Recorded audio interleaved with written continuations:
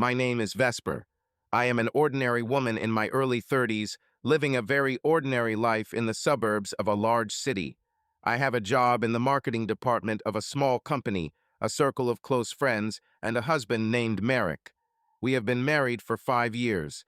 We do not have children either because we have not yet decided or because we have been too busy with ourselves and our careers. Our life is measured and calm without any particular upheavals. The night before my business trip to Savannah, I returned home later than usual. It was already getting dark outside, and the streetlights cast a soft light on the quiet street. When I opened the door, a pleasant smell of wood shavings and something tasty hit my nose, probably dinner. Merrick worked in the garage, which he had long ago converted into a carpentry shop. He was a woodworker, talented, if modest. I went into the kitchen, put my bag on a chair, and looked out the window. Through the glass, I could see the dim light of the lamp in the garage and the silhouette of my husband, bent over another product. I paused for a moment, watching him. Merrick moved slowly, intently, carefully working a piece of wood on the workbench. His movements were confident and calm. He was like that himself, quiet, reliable, solid. I remember our first meeting. Then, 5 years ago, he was repairing a chair in a cafe where I ran to have a coffee. The waiter asked the visitors to sit at other tables while the craftsman fixed the broken chair, and I watched as Merrick, then a stranger to me, carefully secured the wobbly leg. He barely raised his eyes, completely focused on his work, and something in his confident movements fascinated me. Later, when I got to talking, I learned that he was a carpenter, that he had a kind face and a calm voice. From that very moment, I felt warm and safe next to him. I couldn't help but smile. The sight was familiar and calming. "Hi," I called, opening the garage door. "I'm home." Merrick looked up from his work and gave me a soft smile. In the warm lamplight, his face looked tired but content. "Hello, Vesper," he said. "How was your day?" I walked inside. Small wood shavings crunched under my feet. The workshop smelled of pine resin and fresh wood. This smell always calmed me. "Not bad," I replied, looking over his work. "Staying up late again. What are you doing this time?" There was a blank on the workbench, probably a part for a future table or chair. Merrick wiped his hands with a rag and turned to me. "Just decided to finish sanding," he said. "This shelf was ordered by a neighbor. I was going to bring it in tomorrow." He came up and hugged me softly, kissed me on the cheek. He smelled of wood and a little sweat. He had been working all day. "Are you hungry?" he asked. "I heated up some stew, your favorite." "Sounds great," I nodded. "I'm feeling hungry." We went into the house, into the kitchen. The early autumn twilight was gathering outside. I washed my hands while he took the pot of stew out of the oven. There were already 2 plates on the table, bread and compote poured into glasses. Merrick was always a homebody. While I worked in the office, he worked at home, making custom furniture. We weren't rich, but we had enough to make ends meet. He was happy with every new order, and I was happy with every successfully closed deal at my job. We talked about all sorts of trivialities over dinner. I would tell him about a funny incident in the office. He would tell him about a customer next door who needed a new tool shelf. Merrick spoke quietly, measuredly, sometimes pausing to choose his words. He was never a talkative person, but I had gotten used to it. His calm used to balance me. When the plates were empty, Merrick asked, "Have you packed your things? We have to leave early tomorrow morning." I nodded. "Almost. The suitcase is half packed. There are only a couple of things left to add: a cosmetic bag, a phone charger. We leave at 6 in the morning, so we'll have to get up at the crack of dawn." My department was holding its annual retreat, and this time they chose Savannah, Georgia. It was my first trip to the city and a rare opportunity to change the scenery. I was a little nervous, but mostly excited. I had long wanted to see the historic streets of Savannah that I had read about in magazines. "It's a pity you're not going with me," I sighed, looking at my husband. "They say it's so beautiful there." Merrick smiled softly as he put the plates aside. "You know I can't," he replied. "I have 2 pressing orders, and I don't have any extra money for a ticket or a hotel. He figured that a hotel room would cost at least $120 a night, not to mention the flight. He spoke without regret, simply stating a fact. We really couldn't let him fly with me just for the company. The company was paying for my travel and accommodations alone. I know, I nodded, feeling a little sad for some reason. But still, it would be great to spend time there together. Merrick came up to me and put his hand on my shoulder. There will be more trips, he said. It's okay, go and see the city.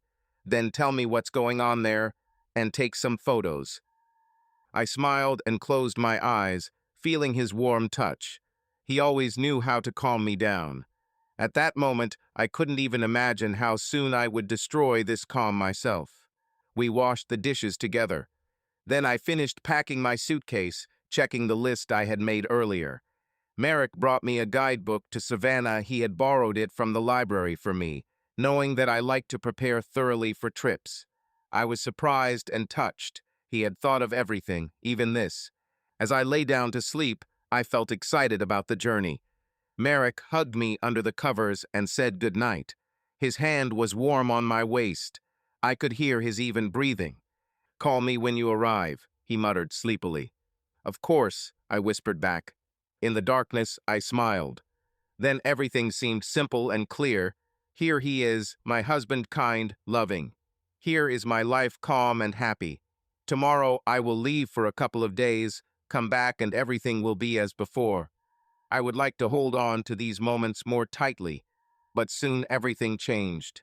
The next morning I left for the airport, leaving Merrick alone in our small house. I didn't know that I would be returning to a different life. Savannah Airport greeted me with warm, humid air. Already in early October, it felt like summer, a far cry from the cool autumn evenings at home. I stepped off the plane a little sleepy after an early flight, but the anticipation of a new environment was invigorating.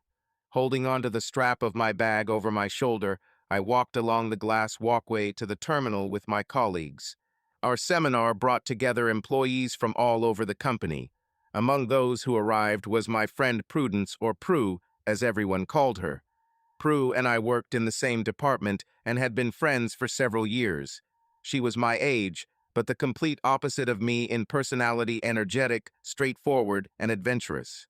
On the plane, Prue winked at me. "So, are you ready to have some fun in Savannah?"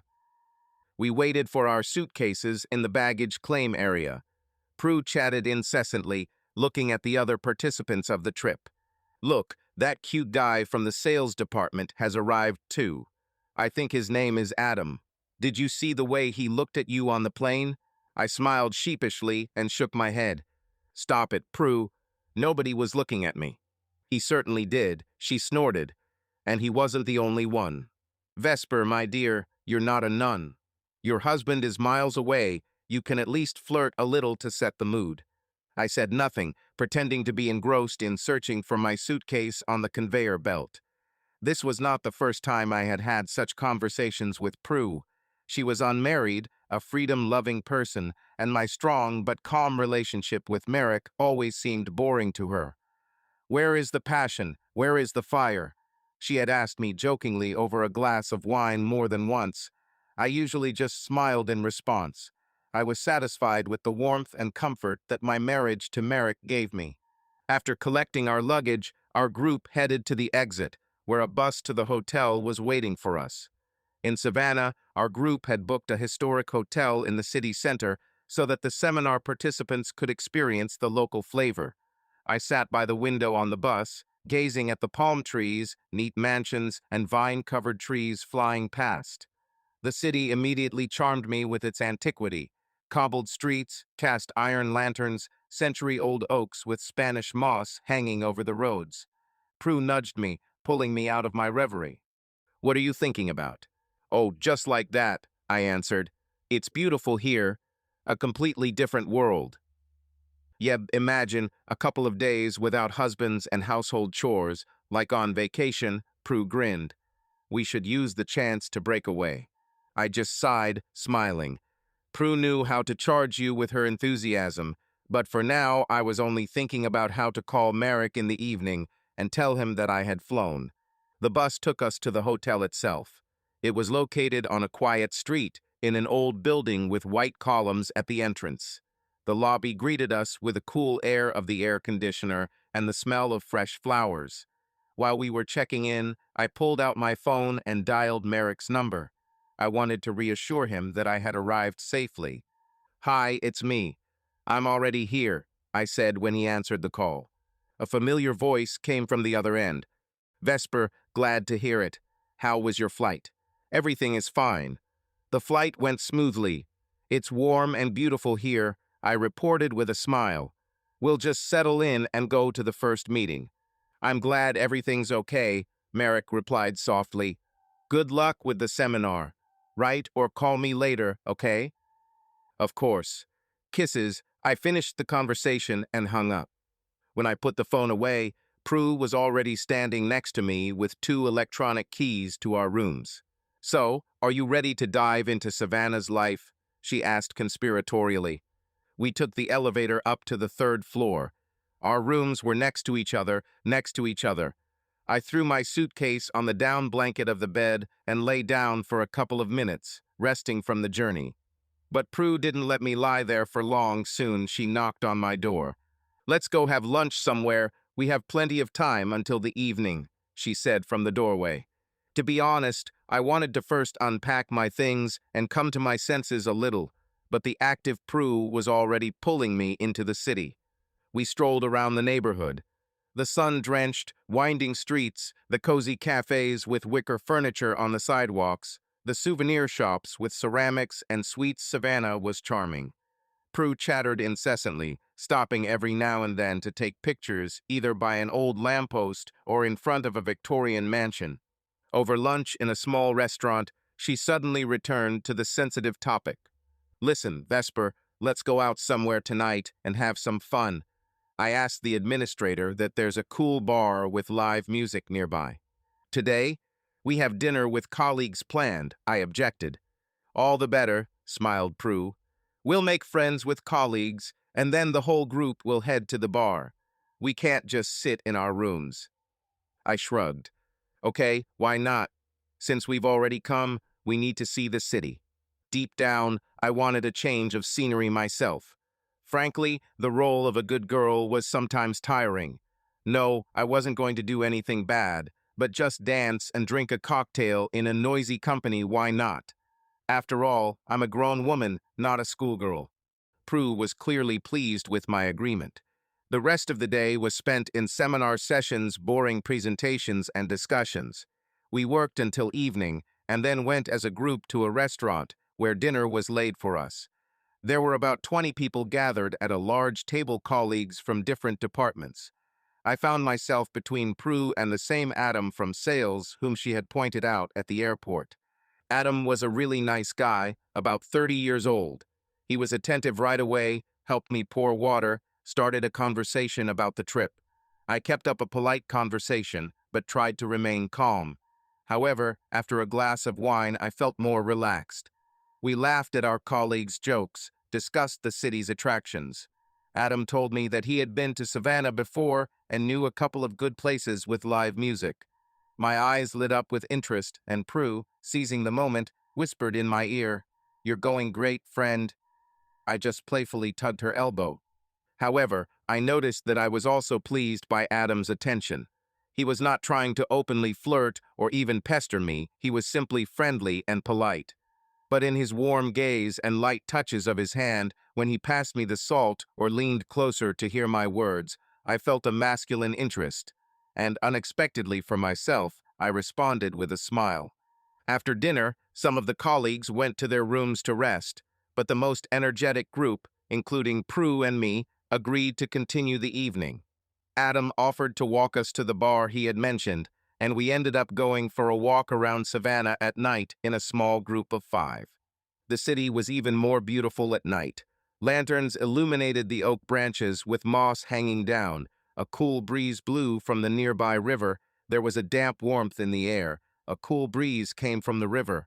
We walked along the pavement, laughing. Adam walked next to me, his hand occasionally touching my lower back as if by accident, guiding me when the road narrowed. The Savannah Smiles bar we went to was a noisy and cheerful place with a live piano and drinking songs. We took a table and ordered cocktails. I danced a little with Prue and the others, feeling my blood boiling. It was easy and good. The alcohol pleasantly warmed me from the inside. At some point, a slow melody started playing, and Adam, exchanging glances with me, extended his hand. "Shall we dance?" I hesitated for a second.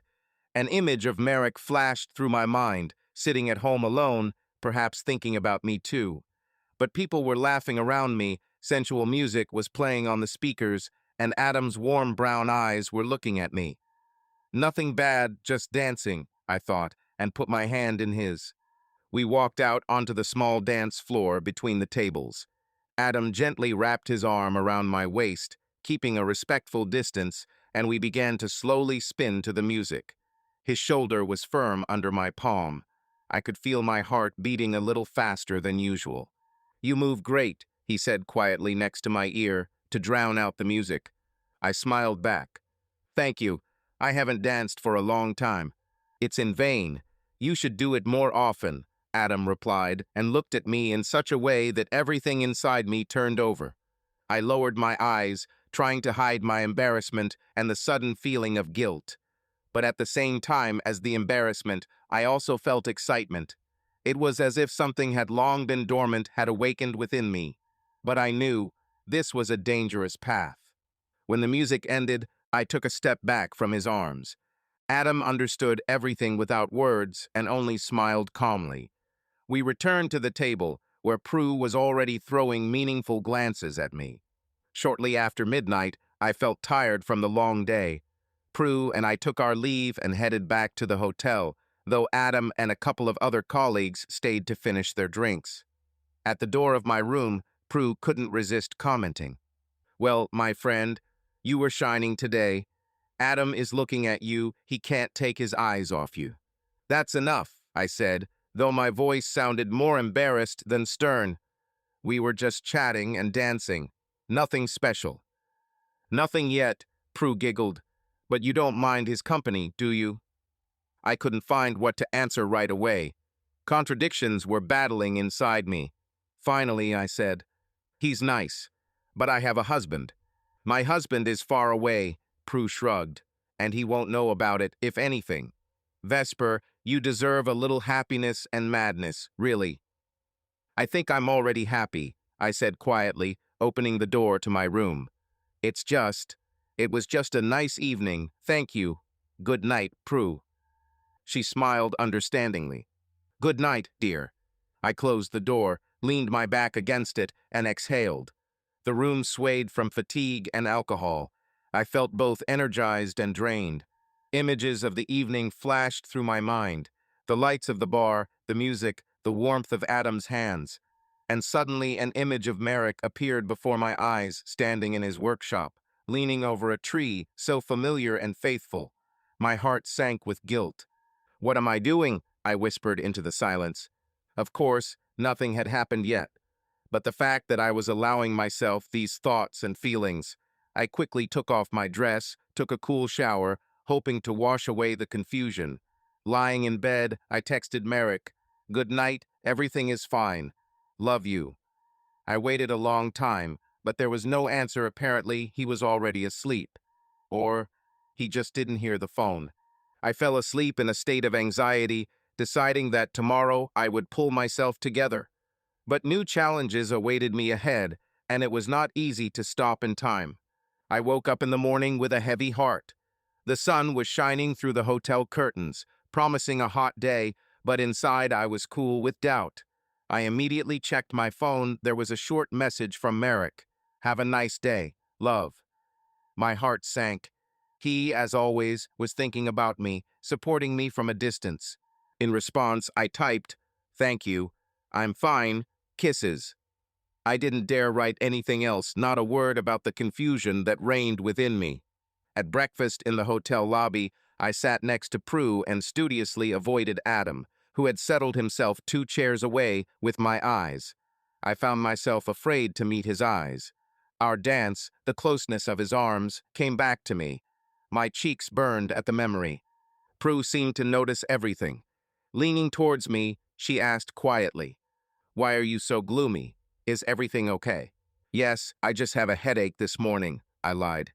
She narrowed her eyes, but fortunately switched to talking to the neighbor on the right. The day passed in a bustle of work. Reports, group assignments. I tried to immerse myself in work, just not to think about personal matters. This helped only partially. As soon as Adam appeared somewhere nearby, I immediately became tense, although he behaved correctly. During a coffee break, he came up to take a cookie and quietly dropped, "Are you okay? You're not yourself today." I nodded without looking at him. "Everything is fine. I didn't get enough sleep." He wanted to add something, but I immediately pretended that I had to go to Prue and retreated. By lunchtime, my nerves were on edge.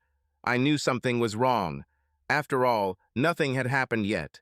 Why then did the mere presence of a nice colleague make me so feverish? Am I not a grown woman, a loving wife? I reproached myself, tried to mentally summon up a coldness towards Adam.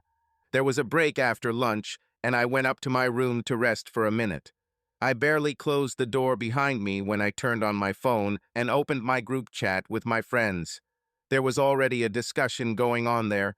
Prue had apparently written there in the morning that "we have a little romance brewing here." My heart sank why her, but it was too late. Lark and Sage were vying with each other to comment. Lark: "Wow, Vesper decided to break away. About time. Tell me the details." Sage: "The main thing is don't worry and have fun. You only live once, no one will know." Lark: "Merrick won't understand a damn thing anyway. He's a good boy. What man would leave a girl like that alone if she was around? Let him know what it's like to be left out." I read their messages with growing horror and indignation. Of course, my friends didn't know the details. They were just teasing. But in every word you could hear, "Vesper, do it." They saw me as almost the heroine of a love affair who had long lacked passion. My hands were shaking as I typed the reply, "Girls, that's enough. Nothing happened and nothing will happen. Calm down." I was angry at Prue for bringing it up for discussion, and at the others for so frivolously advising me to betray my husband. Sage called almost immediately. Apparently, she didn't want to write. "Vesper, honey," she said softly, "I'm sorry if we offended you in any way. Prue told me you made a friend there. We're all happy for you." "Happy?" I asked, trying to keep my voice down. "What exactly are you happy about, Sage? That I can cheat on my husband?" She hesitated a little. "We're glad you're finally thinking about yourself. You're always so correct, everything for others. Maybe you need a little freedom." I closed my eyes, feeling my anger give way to fatigue. "Freedom. You know, I have a wonderful husband, Sage. Yes, life is not a movie, not a constant fireworks display, but I don't want to hurt him." "Of course you don't," she quickly agreed. "And no one is saying that you have to ruin your marriage. It's just, sometimes a little affair on the side even strengthens the relationship, paradoxically. You'll feel alive, desired, and then you'll return to Marek with renewed strength." I was silent, stunned by such words. Sage continued to gently persuade. "We all love you and want you to be happy. Really, darling. And if a little madness makes you happier, is that bad? No one will know, and Merrick, he's good, but too proper. You get bored with him sometimes, admit it. He's reliable," I squeezed out. "That's worth a lot." "Yes, it is," Sage sighed. "But passion is important too. Think about it. We won't rush you. But if anything happens, know that we won't judge you. We'll support you." I mumbled something unintelligible as a farewell and passed out. I was shaking. My friends, wishing me well, were pushing me to take this step. Could they be right, and I really was missing something? I was happy with my life, or was I just convincing myself of it? Before I could recover from the conversation, the next session of the seminar began. I had to go down and put on my mask of concentration again. As the evening wore on, the program was drawing to a close. Another dinner together was planned, but after that they were given free time. Prue was once again fired up with the idea of going out somewhere. Now Adam seemed to have joined in this plan. He approached me just before the end of the event. Listen, we're thinking about going downtown again this evening. It would be great if you came with us. It was a great evening yesterday. I met his gaze for the first time that day. He looked openly, kindly, without any hints. He was simply inviting me to join him. I must have looked tired and withdrawn in his eyes today. I felt embarrassed about my morning escape. To be honest, I'm not sure. I started, but then Prue appeared and hugged me by the shoulders. Of course it will, she declared for me. Vesper is just a little tired, but isn't the best medicine a walk around the city in the evening? Adam smiled. Then it's decided. Rest a bit, and we'll meet in the hall at 9 o'clock. He left, and I hissed indignantly at Prue. Why are you deciding for me? She rolled her eyes. Because you don't know what you want. You should see yourself from the outside. Sometimes you smile at Adam, sometimes you run away from him. Make up your mind already. You're either married and then sit in your room or enjoy yourself if you like him. I opened my mouth to respond, but nothing came out. There was some truth in what Prue said. I was indeed tossing and turning. So shut up, she waved her hand, seeing my embarrassed face. Relax for at least one evening. You're not doing anything bad. We're just hanging out with a group. Company, I repeated. Yesterday we were also company, but in fact he was there. I remembered the warmth of his hand on my waist. Prue looked at me and unexpectedly added softly, Vesper, dear, I know you don't want to hurt anyone, but sometimes you're your own hurt. You only think about Merrick's feelings, and have you thought about yours? You're happy with Adam, I can see. You're becoming alive. Is that bad? Maybe this incident will show you what you really want from life. Tears suddenly welled up in my eyes, and I turned away, pretending to look for something in my bag. Damn emotions. I wanted to scream, leave me alone, but I just swallowed a lump. At 9 o'clock, I went down to the hall. My heart was pounding with fear and anticipation. I was wearing a light blue dress, the same one I had danced in the night before. I was hesitant about wearing it again, but it was the most elegant of the ones I had brought. Our group was already waiting by the sofas, Prue, Adam, and two other male colleagues. Everyone was in high spirits. I forced a smile, trying to hide my nervousness. We went for a walk around the restaurant and bar district. Along the way, we stopped at the famous River Street, a cobblestone street along the waterfront. It was noisy and crowded tourists, music from the open-air verandas. Adam walked next to me, periodically asking if I liked everything, if I was comfortable. He was caring and unobtrusive.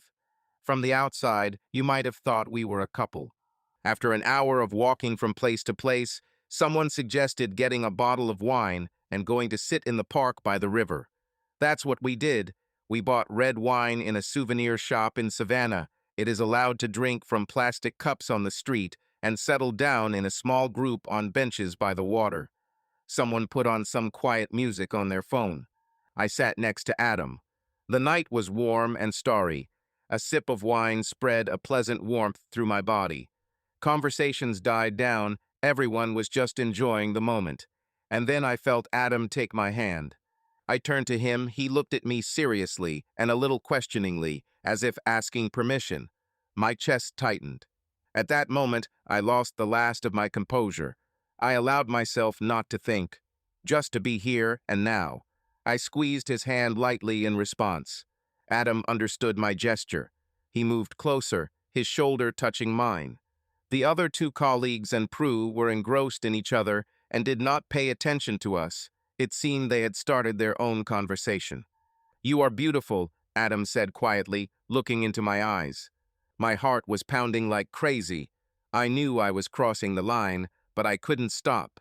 Instead of answering, I looked into his eyes too, trying to see his face in the darkness, and the next moment he kissed me softly. His lips were warm and tender. I shuddered, but did not pull away. Kissing him, I felt the salty taste of wine and also my own tears running from my eyes. Half of my heart screamed from horror at what I had done, the other half from painful happiness that something like this was finally happening to me. We pulled away from each other after a few endless seconds. Adam whispered, "Let's go. From here." I nodded, almost without thinking. We stood up. Prue glanced at me, her eyes widening as she realized we were leaving together. But she said nothing, just nodded at me, almost imperceptibly, as if to say, "It's okay." Adam and I walked along the river. I barely remember how I got to his hotel. He didn't live in ours, but in the one next door, where there was a reservation for employees from another city. I only remember that the whole time we were walking, he held my hand and I was silent. My head was buzzing. My chest was a mixture of fear and anticipation. In Adam's room, we were met by darkness and silence, a standard hotel setting.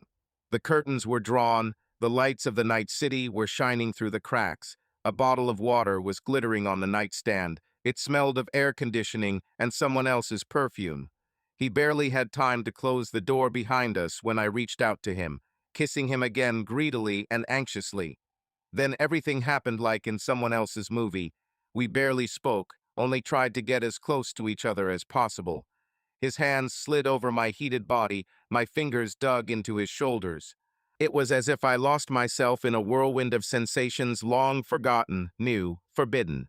In those moments, I forgot about everything neither my husband, nor morals, nor the future existed. There was only greedy passion, which surged for the first time in many years.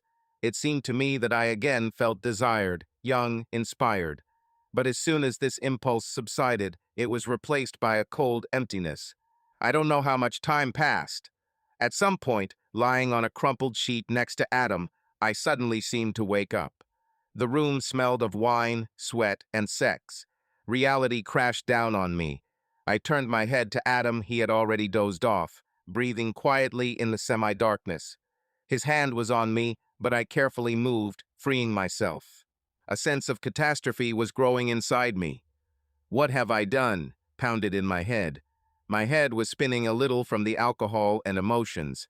I sat on the edge of the bed and felt my dress on the floor. In the darkness, I pulled it on with trembling hands. Adam stirred, waking up.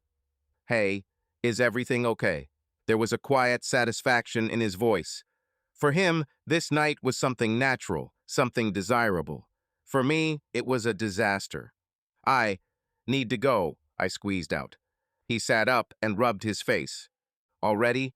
Stay, it's still a long way until morning." No, really, I felt that if I stayed, I would simply choke on my own guilt and tears. I need to. I stood up, trying to find my shoes in the semi-darkness. "Then I'll take you." "No need. Everything is fine." I cut off more sharply than I intended. "I'm sorry. It all happened. I just need to be alone."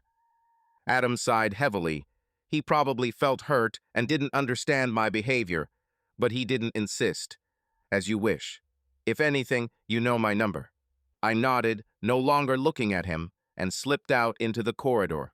The cold air conditioning hit my hot skin painfully. I hurried to the elevator, feeling panic creeping up on me. The elevator, the endless descent, the empty night lobby, the street. I almost ran back to my hotel. A quiet darkness awaited me in the room. I didn't even turn on the light, but immediately fell on the bed and burst into tears, burying my face in the pillow, as if trying to stifle my sobs. I wanted to sink into the ground. I remembered how on the day of my departure Merrick handed me a cup of coffee in the morning and said, "I can't wait for you to come back." And now I had to return to him as a completely different person, with a dirty lie in my soul. That night, I hardly slept a wink.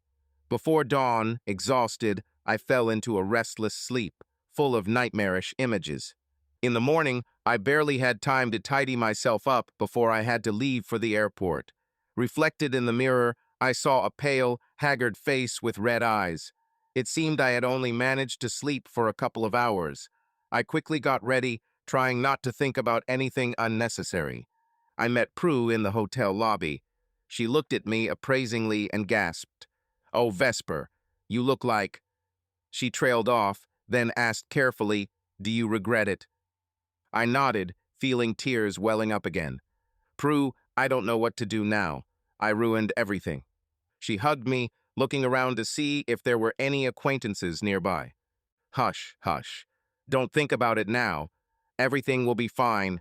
No one will know anything. I closed my eyes. Normal, this word meant nothing to me now. But I didn't have the strength to argue. We were taken to the airport on the same bus. I sat by the window and said nothing. Adam was on the bus too, but he sat separately. I think he realized that I was not in the mood to talk. And Prue literally shielded me from everyone with her body, sitting next to me and holding my arm tightly. At the check-in, I met Adam's gaze only once. He tried to smile softly, but I just looked away. Everything inside me was clenched with pain and shame. Perhaps he did not deserve such a cold attitude after all. He did not make promises, did not betray anyone. But I could not even look at him now. It was too painful. Our seats on the plane were far apart, and I was grateful to fate for this small favor. During the flight, Prue slept next to me with a sleeping mask over her eyes, and I kept replaying the past night in my head. 100 times I caught myself biting my lips until they bled. My only desire was to go back in time and fix everything. As I landed in my hometown, I felt my heartbeat quicken again. I was going to see Merrick. How could I look him in the eye? My legs buckled as we walked to get our luggage. Maybe I should tell you we'll be late, Prue whispered, understanding my state. No, I shook my head. Enough lies. I can handle it. In the arrivals hall, we were met by relatives and friends of the employees. Among those who greeted us, I immediately spotted Merrick.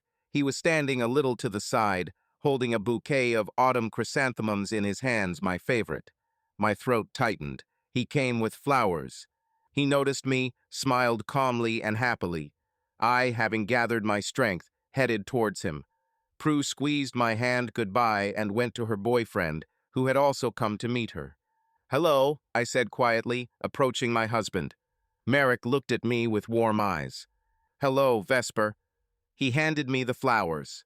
Welcome back. I missed you. I hugged the bouquet to my chest, feeling my hands shaking. He wanted to hug me, and I let him, wrapping my arms around him.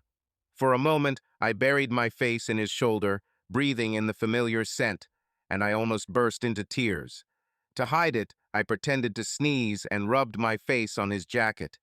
Are you okay? He asked quietly, still sensing something was wrong. Tired? Yes, I whispered. I just really want to go home.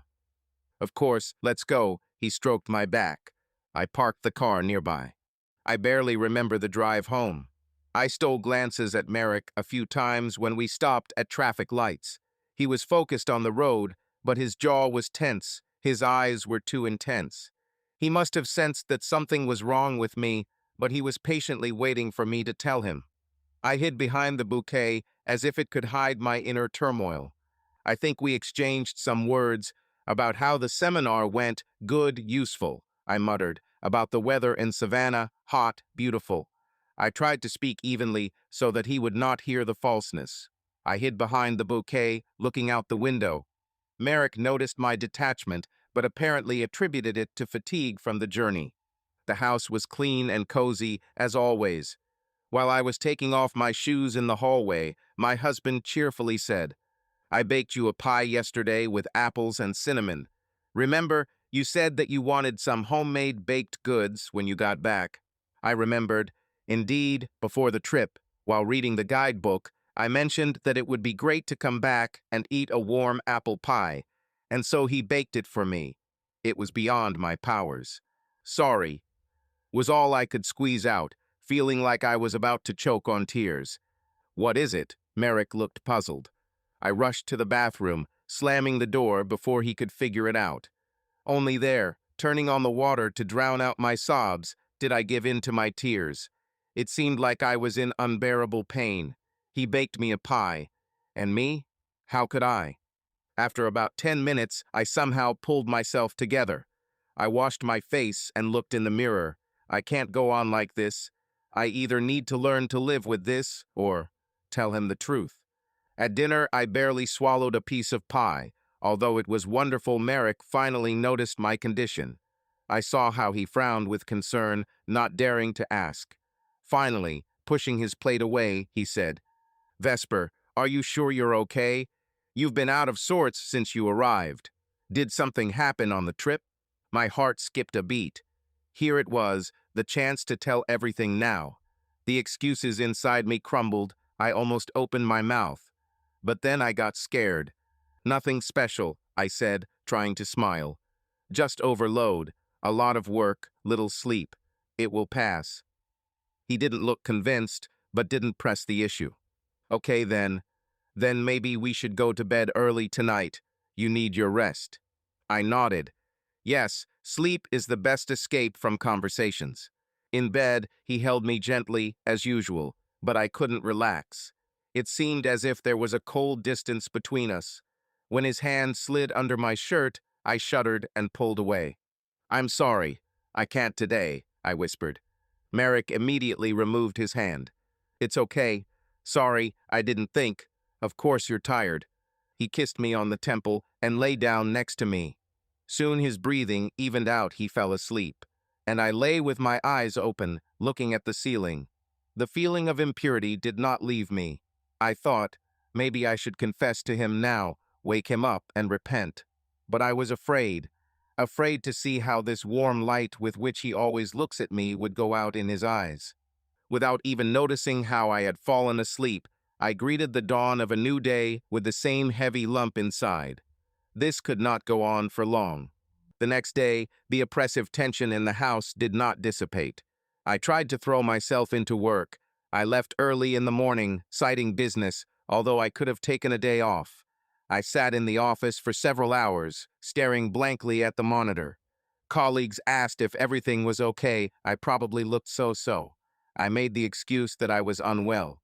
By lunchtime, I realized I couldn't hold out until the end of the day. I asked my management for time off and went home. It was quiet at home. Merrick was working somewhere on the road that day, installing ready-made shelves for a client. I sank down on the sofa in the living room and stared at the wall. The tears were gone, only emptiness and fear remained. I knew I couldn't live like this any longer. Either confess or go crazy. Merrick returned in the evening. I heard the front door creak and his heavy boots pound the floor. My heart quickened. "Vesper, are you home?" he called from the hallway. I stood up, trying to stop my knees from shaking. "Here," I responded. Merrick walked into the room, brushing dust off his shirt, his face tired but contented. "Phew, finally finished. The customer is happy, and I feel good," he said. "How was your day?" "Feeling better." I opened my mouth, but couldn't utter a word. Instead of an answer, tears rolled down my cheeks. Merrick immediately became wary and came closer. "Hey, what happened?" He wanted to hug me, but I pulled away, covering my face with my hands. "We need to talk," I squeezed out through my tears. He froze. I heard his breathing change. He said very quietly, "It sounds scary." I lowered my hands and looked at him. His kind eyes were filled with worry. I felt a lump in my throat, but forced myself to say the words. "I cheated on you." There was silence in the room. Merrick looked at me as if he didn't understand the meaning of what was said. "What? What did you say?" he asked hoarsely. I closed my eyes and repeated, almost syllable by syllable. "I cheated on you." I was shaking all over. I wanted to sink into the ground, to disappear. But I stood there and watched my husband slowly turn pale. It seemed like the blood drained from his face. His lips trembled slightly, but he didn't make a sound. Just his eyes. I'll never forget that look. As if something in him died right then and there.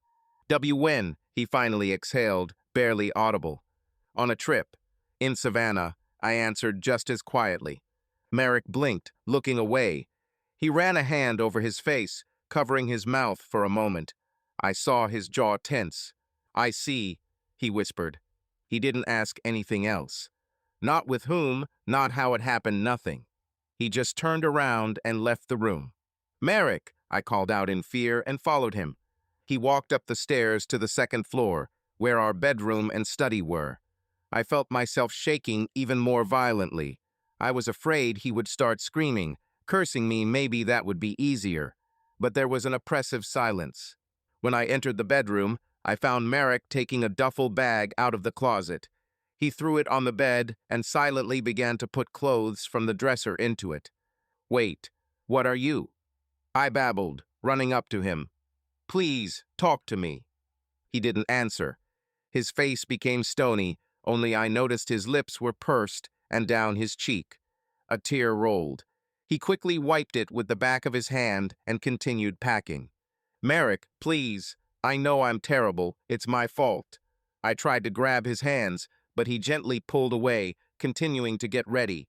"Forgive me." "No, no, what am I saying? You don't have to forgive me. But don't go, I beg you." I don't remember what exactly I said. I was confused. I was crying.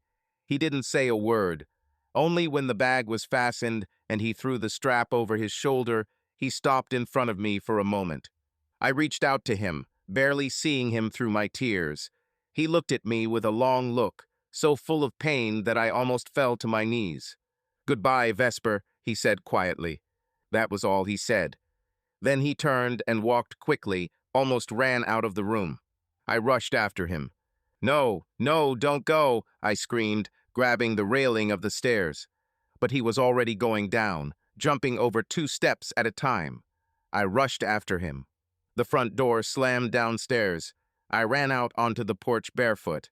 In the twilight, I saw Merrick's back. He was walking to his car, parked near the house. "Please, talk to me," I shouted after him. "Please, I love you." He stopped by the car, turned around for a second at my scream. He looked at me, and I will always remember that look, full of despair, resentment, and finality. No words followed. Merrick got into the car, slammed the door. The engine started. I ran off the porch, rushed to the car, just as I was in socks, with disheveled hair, in tears. I raced down the driveway until the headlights blinded me, and then I saw my husband's fluttering coat and his pickup took off. I stopped in the middle of the yard. The car sped away, the red lights melting into the distance. Silence.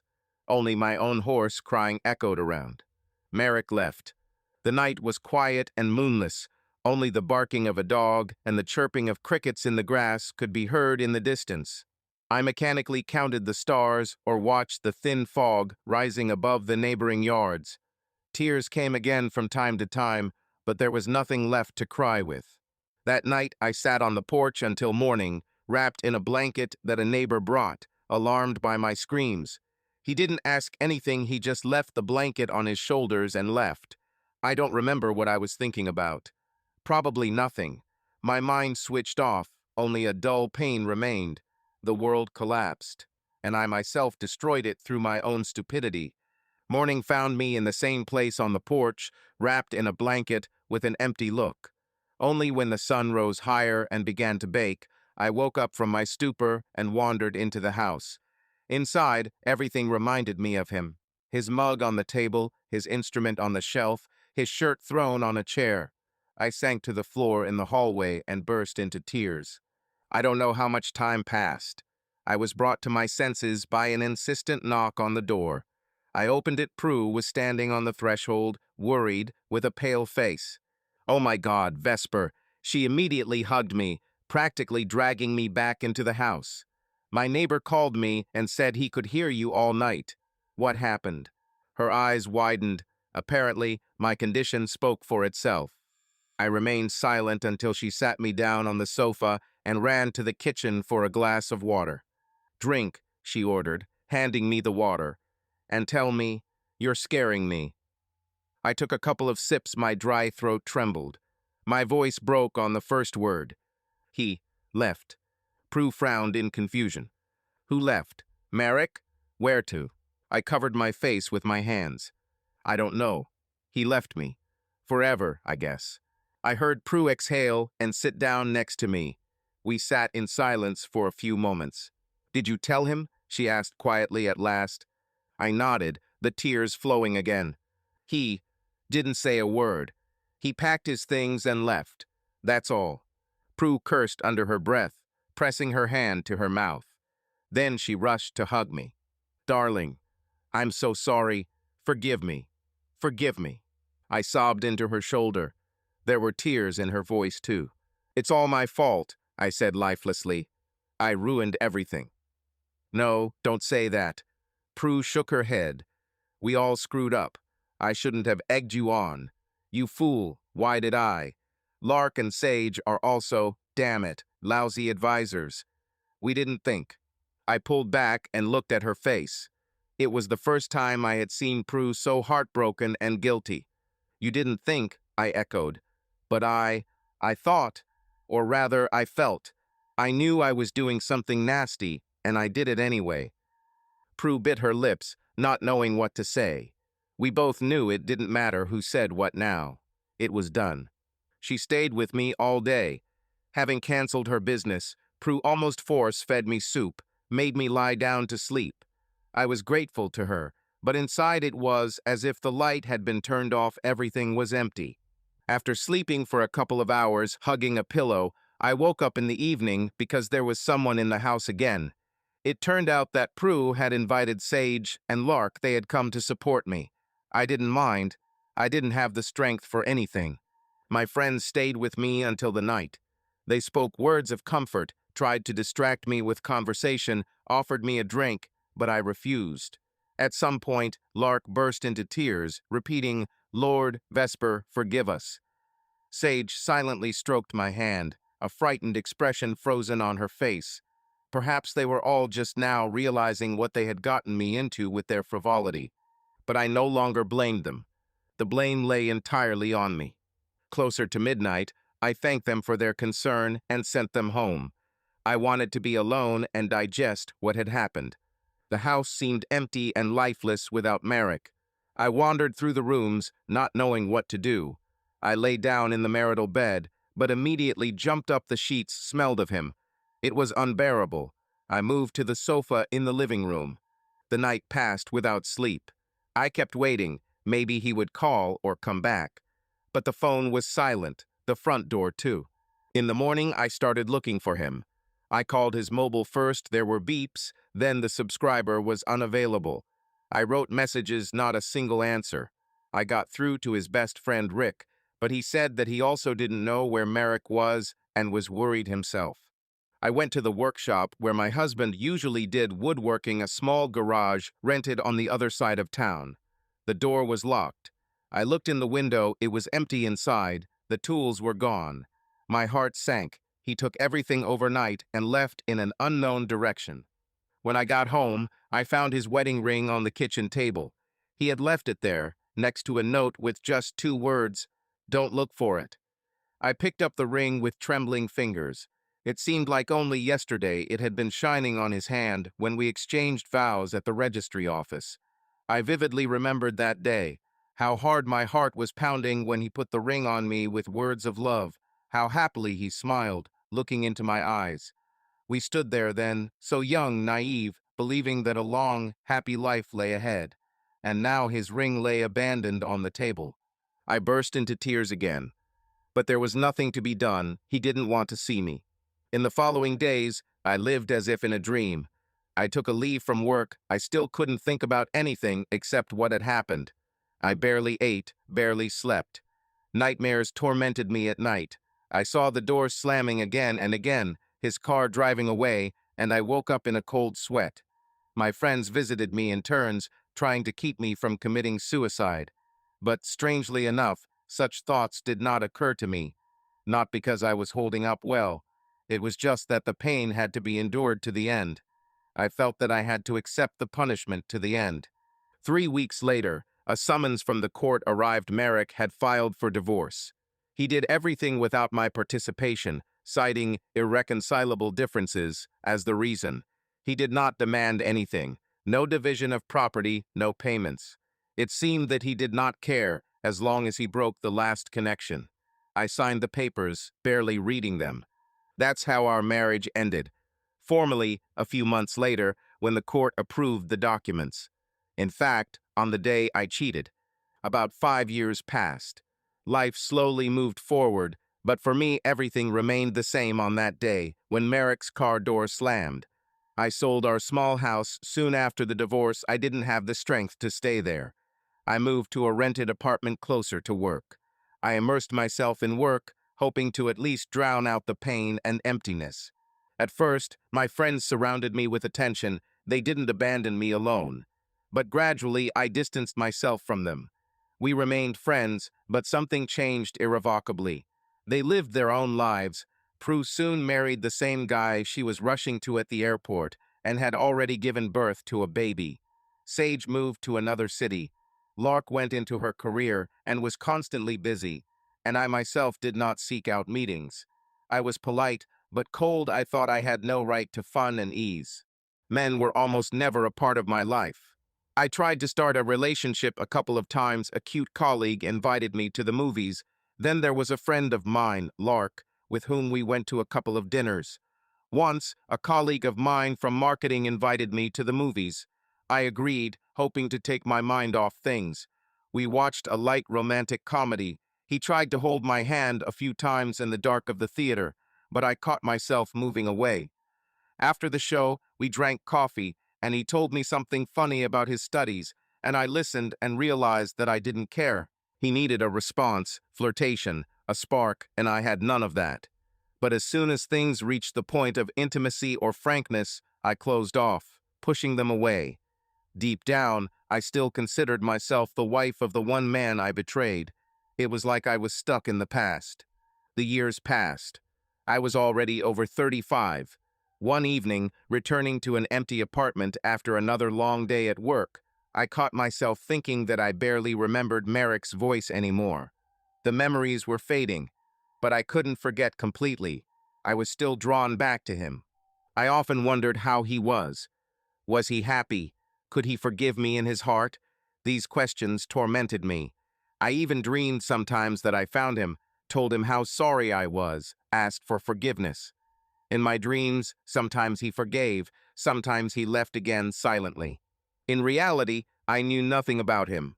We hadn't spoken since the divorce. There were almost no mutual acquaintances left. No one had heard of Merrick after he moved. I deliberately didn't try to look for him. I thought I had no right to interfere in his new life. That evening, however, curiosity got the better of me. I turned on my laptop, opened the search engine, and typed his name with trembling fingers. I stared at the search bar for a long time, not daring to press enter. My heart suddenly began to pound loudly in my chest. Finally, I pressed the key. The results were few. A few social media pages, long abandoned. He had never been into them before. I was about to close everything when my gaze caught on one link to an Arizona news site. The headline read, "Arizona woodworker builds business on traditional crafts." It was an article in a regional publication. I opened it and almost immediately saw a familiar name. Merrick Hale moved to Arizona 5 years ago without a penny in his pocket, and in his new place, he managed to establish a workshop for the production of custom furniture. I read, holding my breath. It told how a certain Merrick Hale, the last name was the same as my ex-husband, created a small enterprise for the production of furniture sets from valuable wood.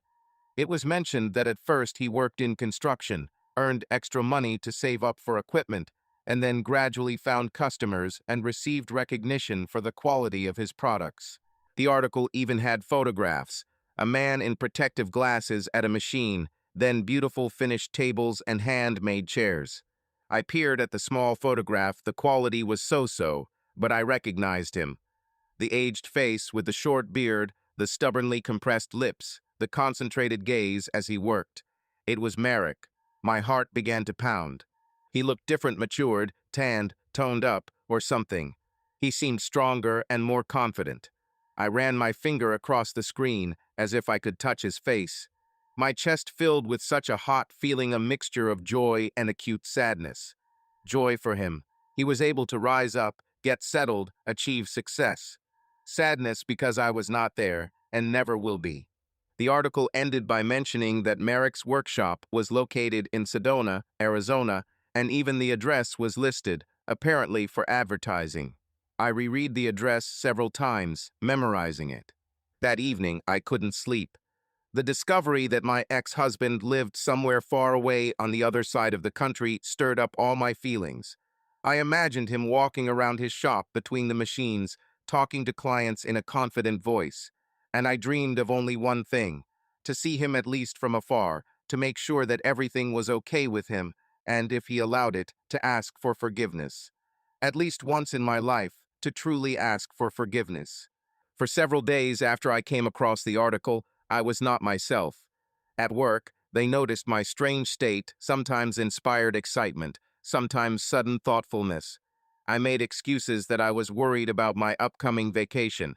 Yes, I took a vacation. After 5 years without a vacation, a lot of days had accumulated, and the management easily let me go for a couple of weeks. I firmly decided I will go to Arizona, find Merrick, and look into his eyes. I will see with my own eyes how he lives.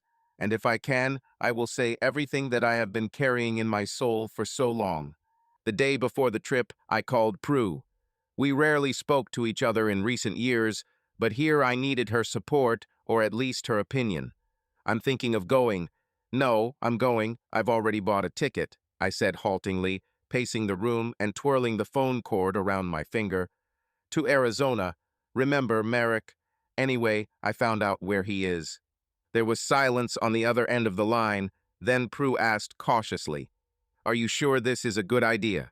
"No," I answered honestly. "Perhaps it is terrible, but I have to. Do you understand? I have to see him. If I don't do it now, I'll regret it for the rest of my life." Prue sighed. "I understand. I'm just worried about you. What if he doesn't want to talk to you? That would hurt you even more." "I'm no stranger to pain," I said quietly. "I deserve it. But I have to at least try. I'm not asking fate for a second chance or miracles. I just need to apologize. Close the gestalt, as they say." "Well," Prue said sadly, "then I wish you luck. And take care of yourself, please. Call if anything happens anytime." I thanked her. After packing my suitcase, I couldn't sleep for a long time the night before the flight. I was hot and cold from anticipation and fear. Dozens of scenes of the meeting were drawn in my head. Sometimes it seemed to me that he would hug me, no matter what. But more often that he would look at me as if I were empty space, or even an enemy, and tell me to get out. I prepared for the worst so as not to cherish unnecessary illusions. In the morning, I boarded a plane to Phoenix. It was my first flight in so many years, and it seemed symbolic that I was heading west again, only this time even further than Savannah. A year had passed, and I remember Merrick showing me photos of the Grand Canyon in a magazine and saying, "I wish I could see it with my own eyes someday." I just laughed. "What travel? We have no money." But he replied, "It's okay, we'll save up and get by." We didn't get by. Now here I was, flying west alone, and he wasn't there. About 4 hours later, looking out the window at the endless desert below, I felt my heart begin to pound wildly. We were landing in Arizona. I rented a car at the airport, a small sedan, and set off for Sedona, where, according to the article, Merrick lived. The highway around me was a strange, unfamiliar land. Red rocks in the distance, thorny bushes, cacti. The horizon trembled in the haze of heat. It was almost 40 degrees outside. I turned on the radio, but all I could hear was Tex-Mex music, which only increased the feeling of unreality. The closer I got to my destination, the more I began to shiver. I pulled over to the side of the road before entering the town and tried to calm down. Sedona greeted me with giant red rocks, clean air, and colorful galleries of tourist shops along the streets. But I had no strength to look at the scenery. Following the GPS, I found the right address, Merrick's workshop. My heart was ready to jump out of my chest, or rather, my heart was pounding like crazy. I parked across the street, afraid to drive closer. Along the low brick building there was a sign, Hale & Co. Woodworks. In fact, it was an ordinary workshop and a showroom attached to it. Through the open gate, I could see part of the room inside, but from here I couldn't see if he was there now. I gripped the steering wheel with my hands. My head was buzzing. Here it is, the moment of truth. But fear paralyzed me. What would I say? How would he react when he saw me? What if he had a new family or even his own life, in which there was no place for me? I was about to drive away and come up with a better plan, but suddenly I heard a knock. Someone knocked on the car window. I shuddered and turned my head. A smiling guy of about 20 years old with a badge on his shirt, apparently an employee of the workshop, stood near my car. He gestured to lower the window. My heart sank. Could it be Merrick himself? But no, this one was much younger. I opened the window slightly, trying to hide the trembling in my voice. "Hello. Good afternoon," the guy said cheerfully. "Are you here? Drive right into the yard. There's a parking lot for visitors. Don't be shy." I hesitated for a second, then nodded. "Thank you. I'm just looking around." "Come on in and take a closer look," the guy winked. "We have some nice things inside." He stepped back, showing me where to direct the car to the entrance. I had to start the engine and obediently drive across the road into the workshop yard. The guy watched me through the gate and disappeared himself. I turned off the engine. It all happened like in a dream. Here I am, standing on the threshold of Merrick's life. I got out of the car, feeling my legs giving way. I looked around. There was no one in the yard except me. The sounds of work could be heard through the open gates. Some machine hummed, then fell silent. I stepped slowly inside. The smell of wood hit my nostrils, instantly bringing back dozens of memories. It was the smell of Merrick, the smell of our home. My head was spinning. Directly in front of me was a spacious workshop. It smelled of pine sawdust, varnish, and machine tool metal. Somewhere in the corner, a radio was playing softly, broadcasting a country tune. Sunlight poured through the upper windows, snatching machine parts, stacks of boards, and finished furniture pieces from the semi-darkness. In the back of the workshop, with his back to me, stood a man in a work apron, leaning over a large workbench. I froze. It was him. For a few seconds, I just watched him move, smoothly applying varnish to the surface of the table with a brush, then wiping his hands with a rag. My heart began to pound wildly. It seemed like a little more, and I would pass out from the tension. I took a hesitant step forward. The board creaked treacherously under my foot. Merrick turned towards the sound. He saw me. For a moment his face wore the usual friendly expression, a ready smile for a visitor, but then it was replaced by shock. He straightened up, staring at me as if he couldn't believe his eyes. Everything inside me went cold. We were silent for about half a minute, just looking at each other. His gaze slid over me, from head to toe, as if checking to see if I was real. "Vesper," he finally said, and I barely recognized his voice. His tone became lower, rougher, but the familiar intonations still came through. I shuddered, hearing my name on his lips. "Hello, Merrick," I whispered. My eyes were already filled with tears, my voice was shaking. I wanted to smile, but my lips wouldn't obey. Merrick blinked several times, coming out of his stupor. He glanced toward the doors, as if afraid someone might hear or see him. "Let's go," he said briefly, gesturing towards a door on the side.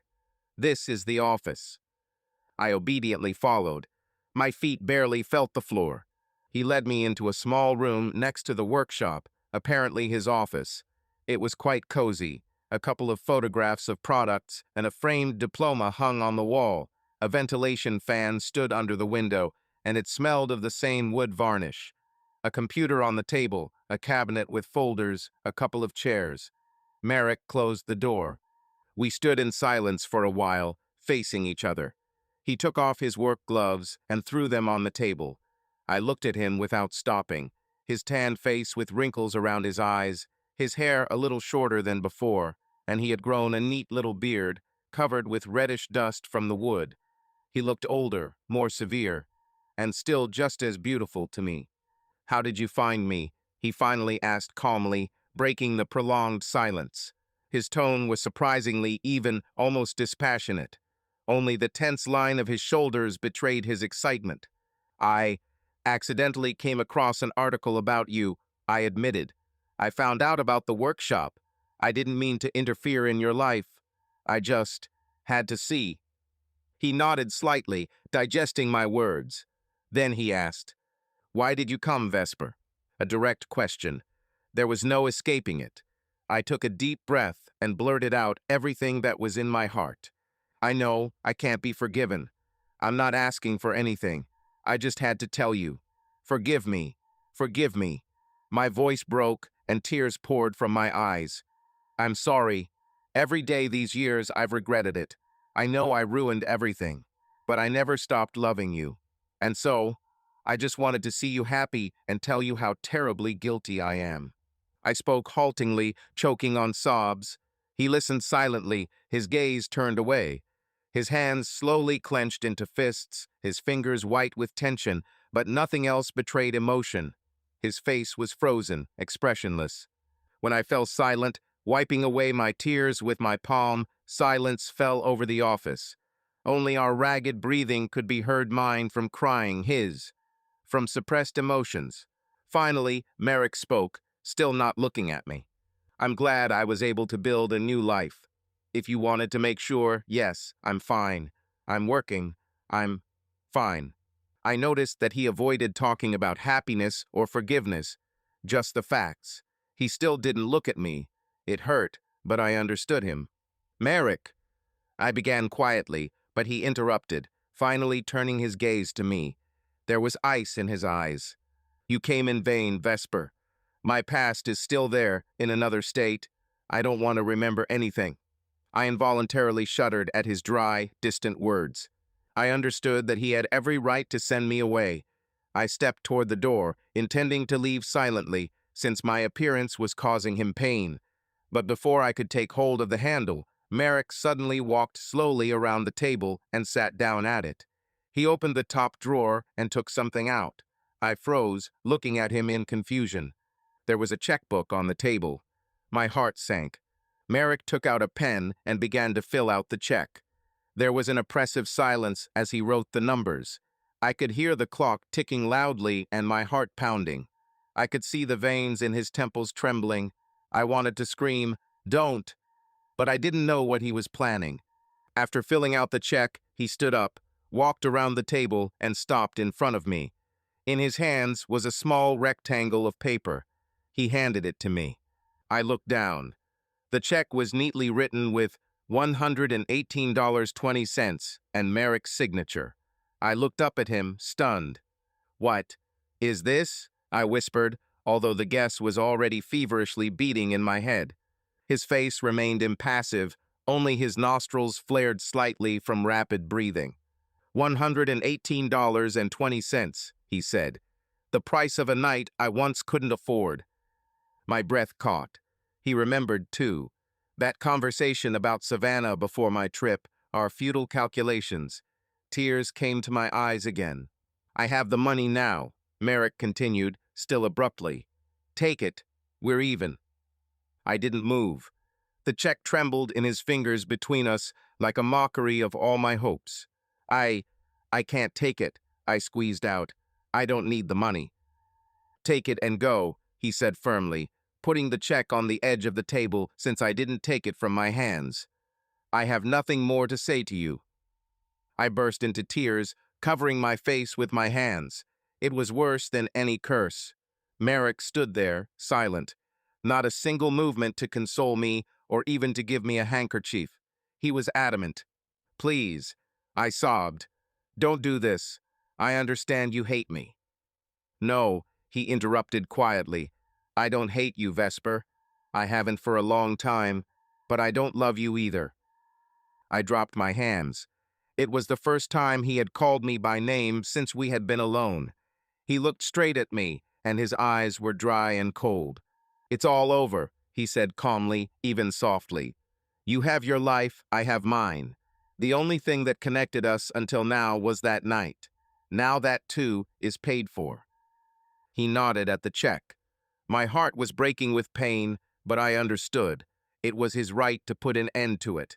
I took the paper from the table with trembling fingers. Merrick looked away.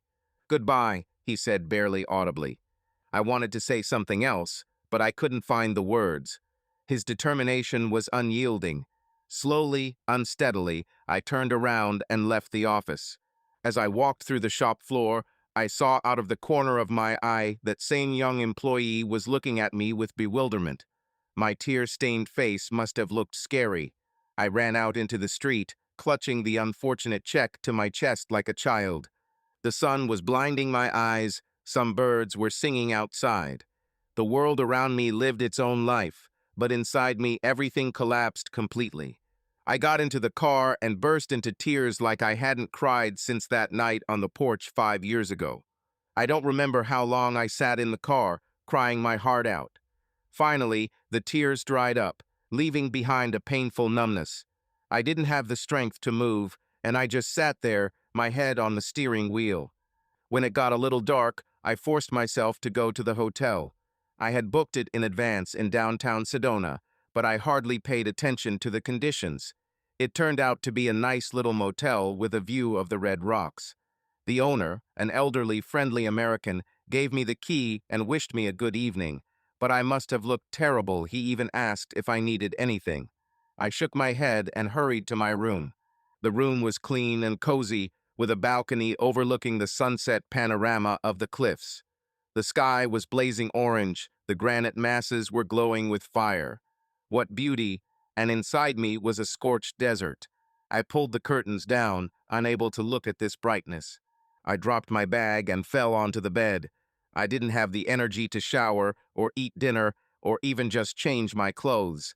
I lay there staring at the ceiling, Merrick's last words playing over and over in my head. I don't hate you, but I don't love you either. It's over.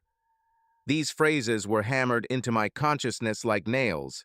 I understood that there was no other outcome. I didn't expect more, but it was still painful to hear. Still, pushing aside the hurt and grief, I tried to look on the bright side. He said he didn't hate me. That meant at least some part of him had let go of the anger. Maybe that was the best I could hope for. Tears began to stream down my cheeks again. I unclenched my fist once more and looked at the crumpled check in my palm. $118.20. The price of my betrayal. It was strange, but as I looked at these numbers, I suddenly felt relief? No, not forgiveness, there was none, and there could not be. But it was as if a heavy burden of uncertainty had fallen. Now I knew for sure that it was all over, and there was no turning back. Looking at the receipt, I remembered our youth, the times when money meant so much to us. How we put aside bits and pieces for everyday trifles, how we rejoiced at discounts. $118 was once a significant sum, and now this sum, in essence, has crossed out my marriage. Bitter irony. I remembered how on our second wedding anniversary, we wanted to go out to a restaurant, but we couldn't afford anything expensive. So Merrick threw together an impromptu dinner at home. He baked his own pizza, set out paraffin candles that he stuck into tin cans, and gave me a hand-carved box he'd made. It wasn't perfect, the lid didn't fit right, but I cried tears of happiness because I felt his love. We laughed, ate that pizza on the living room floor, and it seemed to me that no expensive entertainment could replace those moments. If someone had told me then that in a few years I would trade all that sincerity for an empty, fleeting infatuation, I would never have believed it. But that's exactly what happened. The night passed in anxious oblivion. I fell into a heavy, dreamless sleep, then woke up because my heart suddenly began to pound madly. Towards morning, I finally dozed off, and when I opened my eyes, the sun was already high. I felt drained, but strangely calm.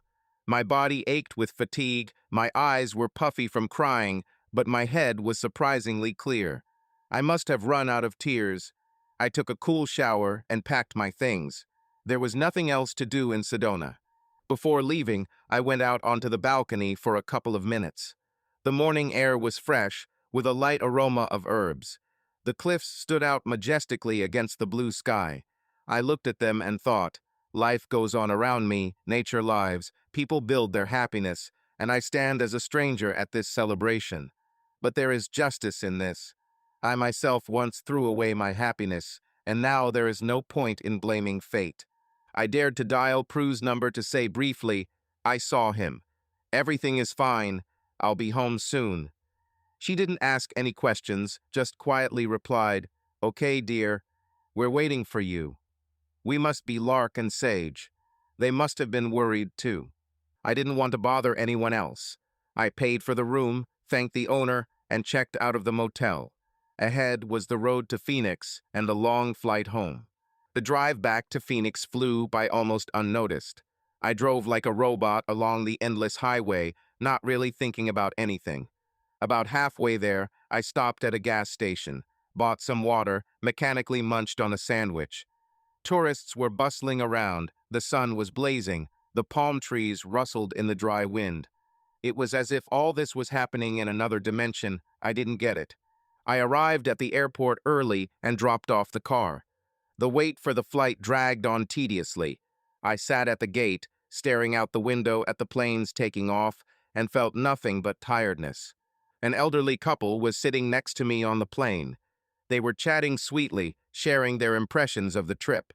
The husband carefully covered his wife's shoulders with a blanket when the air conditioner turned on in the cabin.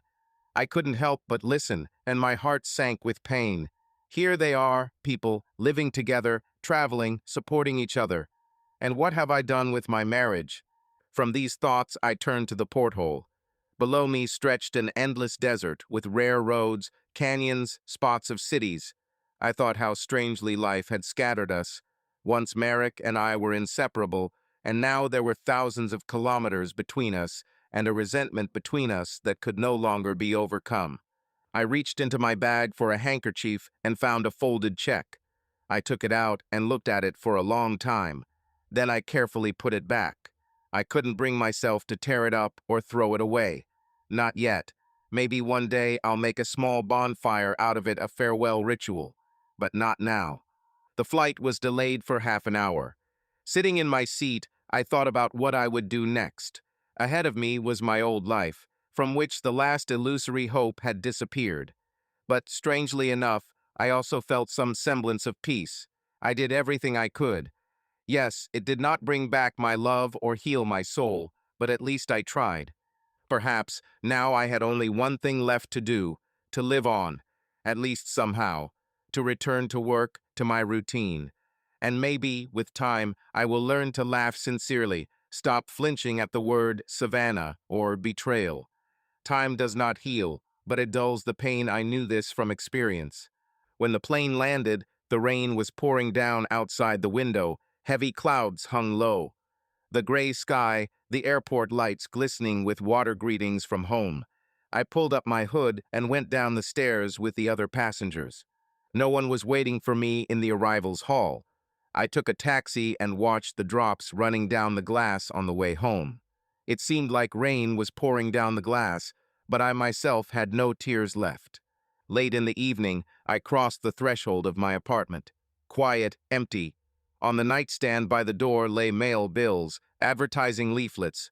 I tiredly threw down my keys and bag, took off my shoes. The house greeted me with a resounding silence. I sank down onto the living room sofa. Everything was as before, as if there had never been this crazy dash across half the country to meet my past. Only inside me now there was an emptiness where hopes had once lived. And yet, even in place of this burnt-out pain, something new can someday arise. Perhaps, if you give yourself time. I headed to the bedroom. I really wanted to sleep, really, without dreams. Fatigue had taken its toll. Before going to bed, I took that same check out of my purse and put it on the shelf. Let it lie there for now. Not as a memory, not as a souvenir, just as a fact. The fact of the price I paid for a mistake. I lay down and almost immediately fell into a deep, restless, dreamless sleep. Several weeks had passed since my return. Life was slowly getting back to normal. I went back to work, immersed myself in projects. My colleagues didn't seem to notice any changes, and there weren't any. I was still quiet, polite, trying not to advertise my personal drama. Inside, it was empty and calm, as far as it could be. It turns out that when the worst has already happened, there is nothing to be afraid of anymore. I did everything I could to fix at least something and failed. Now all that was left was to accept it. My friends waited patiently for me to be ready to see them. And so, one Sunday morning, we gathered in a small cafe with a summer terrace and the aroma of freshly baked goods not far from my housemate. Prue and Lark Sage couldn't come from another city. but sent me a warm letter with words of support. I was a little nervous before the meeting. After all, the last time we saw each other was under very difficult circumstances. But when I walked in and saw them, Prue with a baby in her arms, Lark with a tired but sincerely happy face, I suddenly felt better. We hugged and sat down at the table. At first, we talked about the usual stuff: work, Prue's kids, Lark's plans to take a vacation. They politely didn't ask questions about my trip, waiting to see if I would tell them. Finally, I decided to relieve the tension myself. Taking a sip of tea, I said quietly, "I found Merrick." Prue and Lark exchanged glances. I continued, "Everything went about as you expected. He didn't want to see me. We talked a little, and now I know for sure that this is the end." Prue reached out and covered my hand with hers. "I'm so sorry, Vesper." Lark sighed. "You're doing well. If you want, you can share the details. If not, then no need." I smiled sadly. "Thank you. There's really not much to tell. He's settled in well, everything's fine with him, and he's cut me out of his life completely." My friends nodded sadly. Silence fell. "But I'm glad I went," I added honestly. "At least now I won't delude myself with illusions. I saw with my own eyes that he's alive, and that's the main thing. And forgiveness. I didn't expect it. I'm not forgiven, and that's fair. I'll live with it." Prue shook her head, tears glistening in her eyes. "Forgive us. Forgive me for the advice we gave you then, if we had not encouraged you." I squeezed her hand gently. "No, Prue, don't torture yourself. You meant well. It's only my fault, and I accept it." "You're very strong," Prue said quietly. "I don't know if I could do that." I shook my head. "I'm not strong at all. There's simply no point in wasting my life on regrets anymore. I've spent so many years beating myself up, not moving anywhere. Enough. I need to move on." Lark smiled encouragingly. "That's right. You're still young, beautiful. You'll have everything. Maybe you'll even find love again, a different one." I kept silent. It was too early to think about love, and I wasn't sure I could let someone into my heart again. At least not now. We changed the subject, and the conversation became more lively. My friends clearly wanted to bring me back to life. They invited me to visit, made plans together. I was grateful to them for this. Probably the support of my loved ones was the only thing that kept me from complete despair. During lunch, we even laughed heartily at old jokes a few times, and it seemed almost miraculous to me. I returned home with a kind of quiet relief. Everything really would be fine, no matter how fine it turned out to be. That evening, I walked home from the cafe. The sky was clear. A warm summer wind stirred the treetops. An ordinary evening of an ordinary day, and my soul was quiet and light, albeit sad. Having gone up to the apartment, I immediately went to the shelf where that very check lay. A small white rectangle with a cold inscription that crossed out an entire chapter of my life. I picked it up and sat down on the edge of the sofa. I looked at it for a long time. Memories came flooding back one after another. That fateful evening in Savannah, the morning when Merrick left, and the recent conversation in the cafe. They were all connected by this one nodal point: my mistake. Every action has its price. I paid for mine in full. I lost the person who was most dear to me, and I received no forgiveness or consolation, and I didn't deserve it. I slowly tore the check in half, then again and again, until it crumbled in my fingers into useless pieces of paper. A small part of my past turned into trash. I threw the scraps into the basket. The sunset was golden outside the window. I opened the vent, letting in the warm air, and suddenly I felt like this simple action lifted a weight off my soul. No, the pain didn't go away, it just became quieter. But now I could finally breathe evenly. Looking at the basket, I firmly said out loud, even though there was no one in the apartment, "Goodbye, Merrick." The words sounded soft, without hatred, without hope, simply as a tribute to what had been and gone. I had many more years to live with the knowledge of my guilt, but I was no longer going to hide from the consequences. I would accept them and try to become a better person. The past cannot be returned. I cannot undo the betrayal I committed, nor will I get a second chance. But I can learn a lesson. Ahead of me was the unknown. Lonely evenings in an empty apartment, perhaps new meetings, new mistakes. Life went on. What it would be like, I didn't know. But I knew one thing for sure. I would never again allow myself to betray someone who trusted me, and I will never forget the price of that night. A year has passed since my trip to Arizona. Sometimes I wake up at night and my heart squeezes with familiar melancholy. But these attacks happen less and less often. I try to fill my life with new impressions. For example, 2 weeks ago, I climbed a small mountain near the city with a group. On the way up, I suddenly caught myself enjoying the view of the clouds above the valley and the singing of birds. I just felt good at that moment without looking back at the past or the future. I even laughed at the instructor's joke. For me, this is a huge step forward.